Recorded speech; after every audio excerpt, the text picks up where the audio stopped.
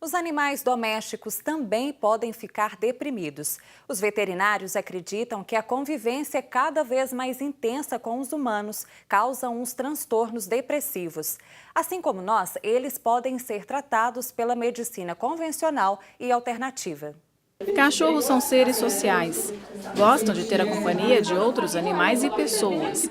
Eles não lidam bem com a solidão. Por isso, podem desenvolver depressão e transtornos de ansiedade.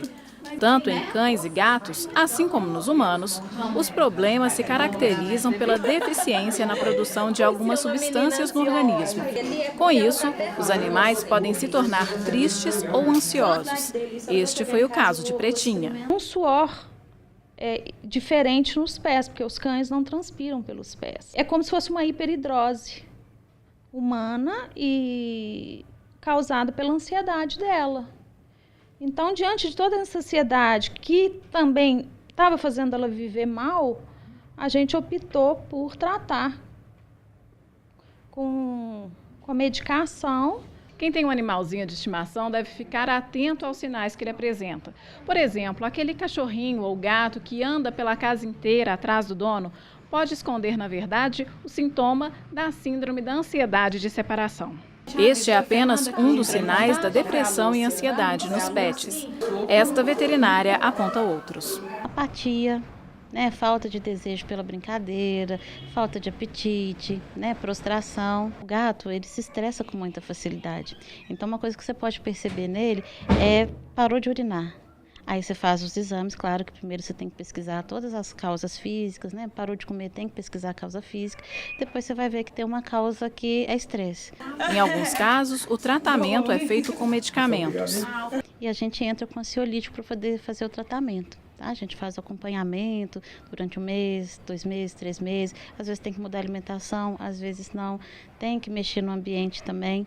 De acordo com esta outra veterinária, os animais estão cada vez mais adquirindo características dos humanos. Quanto mais próximo do proprietário, mais tendências a ter problemas também humanos.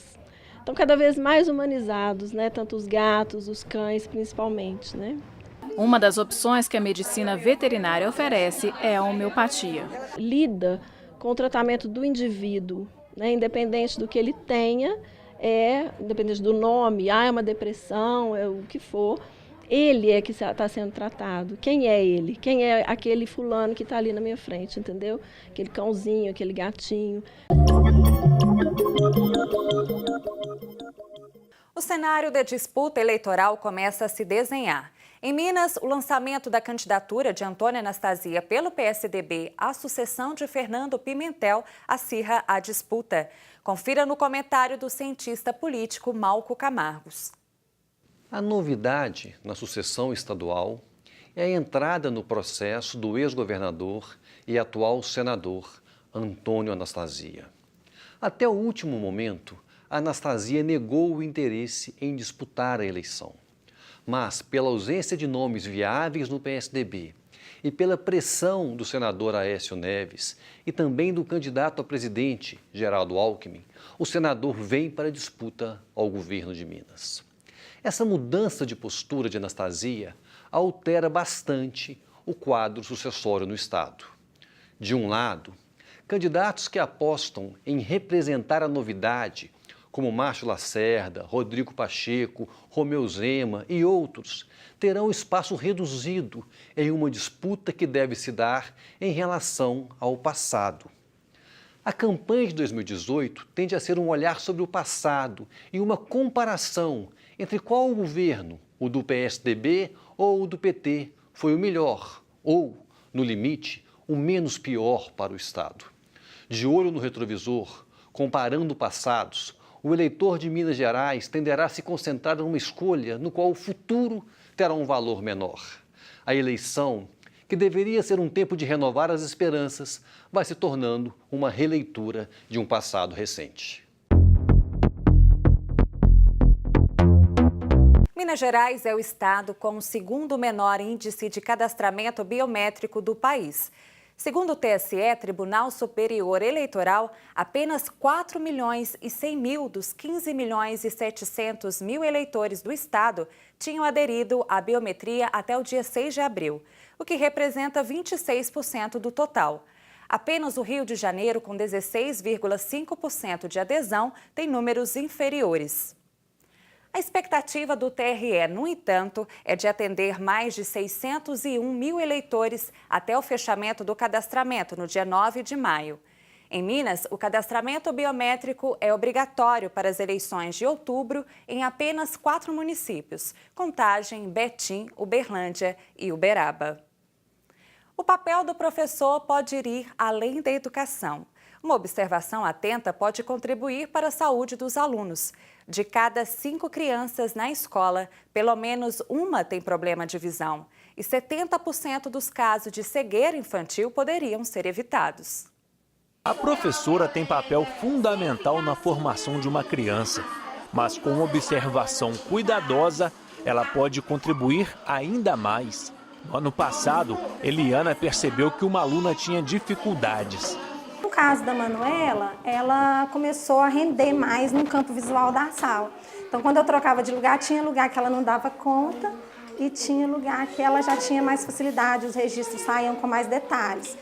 Aí eu comecei a fazer alguns testes até e observá-la mais. O Brasil tem cerca de 50.000 crianças com deficiência visual. Isso quer dizer que a cada 5 crianças na escola, uma tem algum problema na visão. O pior é que 16.500 crianças no Brasil são cegas e 70% dos casos de cegueira poderiam ser evitados. A visão de uma criança alcança a maturidade por volta dos 5 anos de idade. Qualquer problema identificado antes disso tem maior chance de ser resolvido com um tratamento adequado. Muitas vezes as crianças dão sinais de que algo está errado. Existem sinais, sim. Esses sinais a gente pode observar, por exemplo, no dia a dia da escola, quando a criança aproxima muito do quadro, ou mesmo quando ela pisca bastante, fecha um olhinho, relata dor de cabeça. Esses são sinais secundários que a criança pode ter um probleminha, sim. Crianças que coçam muito os olhos também demandam atenção.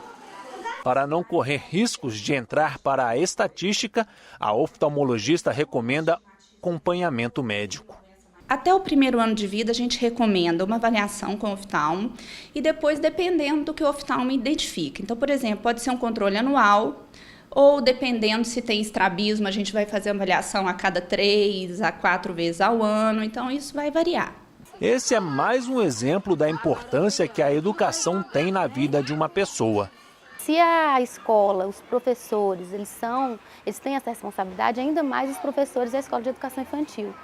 Porque é nessa fase em que a criança começa a apontar alguns sinais que o professor visualiza isso para que ele possa ajudar nesse processo de identificação precoce. Os 130 anos de nascimento do escritor e poeta Fernando Pessoa estão sendo comemorados. No Espaço Cultura e Fé da PUC Minas, uma exposição de quadros pintados por uma ex-professora de literatura da universidade presta homenagem ao poeta português. A pintura de telas foi algo que surgiu de forma inesperada na vida da professora Lélia Parreira. Comecei a pintar por causa do meu pai, que estava muito doente. Eu acompanhava a aula de pintura e comecei a pintar também. E a partir daí, Lélia uniu a pintura de quadros a uma outra paixão, a obra de Fernando Pessoa. Depois da aposentadoria, a professora dedicou-se à arte e tem mais de 40 telas baseadas no trabalho do escritor e poeta português. Dessas, 14 estão expostas na mostra Arte tem valia porque nos tira de aqui.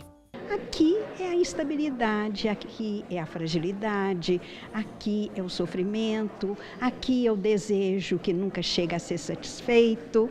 Às vezes um pouquinho, mas logo vem a frustração, né? Então, a poesia do Fernando Pessoa fala disso.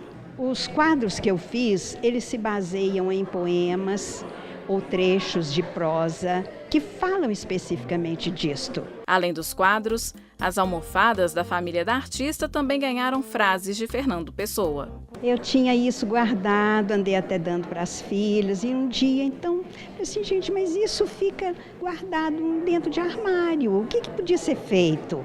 Aí resolvi fazer as almofadas. Ah, mas então vou fazer alguma coisa especial nas almofadas. Olha, para colocar na exposição, colocar trechos do Fernando Pessoa nas almofadas. E foi o que eu fiz. A exposição é uma homenagem aos 130 anos de nascimento do escritor e poeta. Mas o presente é para quem pode apreciar o trabalho de Lélia. Olha, eu estou achando fantástico. Eu já conheço um pouco da obra da dona Lélia de algum tempo e eu acho essa homenagem assim, fantástica. E sempre acompanhei essa trajetória dela como uma estudiosa da obra de Pessoa, né? Ela tem várias formas de trabalhar com isso. Uma foi como crítica, professora, como poeta, que ela também retoma os textos de Pessoa, e como pintora. Eu estou achando muito bonita, bem interessante. Tem textos maravilhosos que fazem a gente pensar e são muito legais, adorei. A exposição fica em cartaz até o dia 4 de maio. Horizonte Notícia termina agora. Se você quiser rever o programa de hoje, acesse o nosso site tvhorizonte.com.br. Até o próximo programa. Tchau!